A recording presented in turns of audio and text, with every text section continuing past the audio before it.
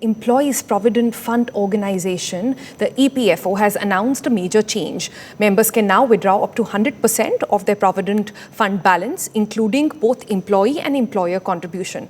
Now, this is a significant relief for many who depend on these savings during tough times. But it's not as straightforward as it seems, and there's a lot of confusion online around the new rules, many unanswered questions as well.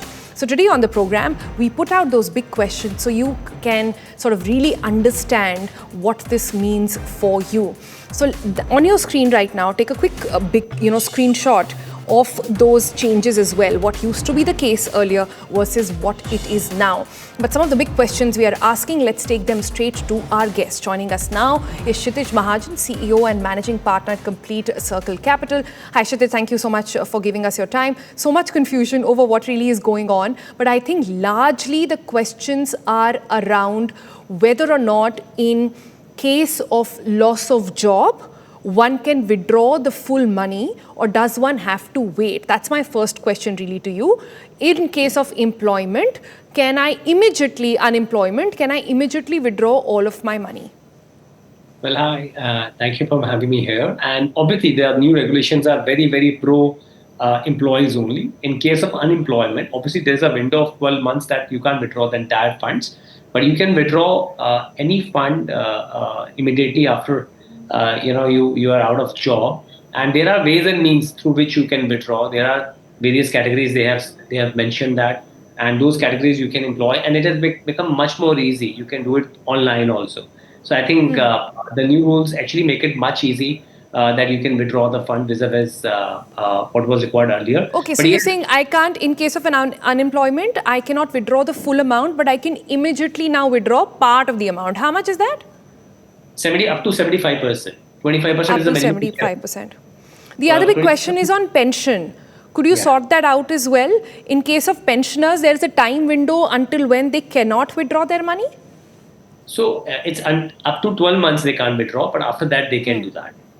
For pensioners, up to 12 months. Yes. Uniform rules is up to 12 months. But yes, let's say if someone is not having a pension, but EPFO is like employee contribution and a company contribution, both sides. This is for private job employees also. But if you're out of job and there is a corpus which is lying, so now it's much more easy that you can take out the money. And there are online things through which you can withdraw without submitting much of the paperwork also. Okay, another question that's been on the line, very quickly, if you could answer that as well. Can a nominee or a kin withdraw PF after an employee's sudden death? And the other one is really of these extraordinary special circumstances segment that has been added. What exactly are these special circumstances under which amount can be withdrawn? Okay, so the procedure of nominee or kin is that, if the will is there, will supersede everything. Let's say, if anyone who's in question and is not present now, then will supersede everything. If not, will is not there, then let's say whomever is there in the family, let's say if the wife is there and 2 kids are there, then it has to be divided among 3 of them.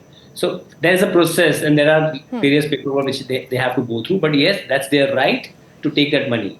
Now, and what are those extraordinary circumstances? Extraordinary, okay, basic, just wait.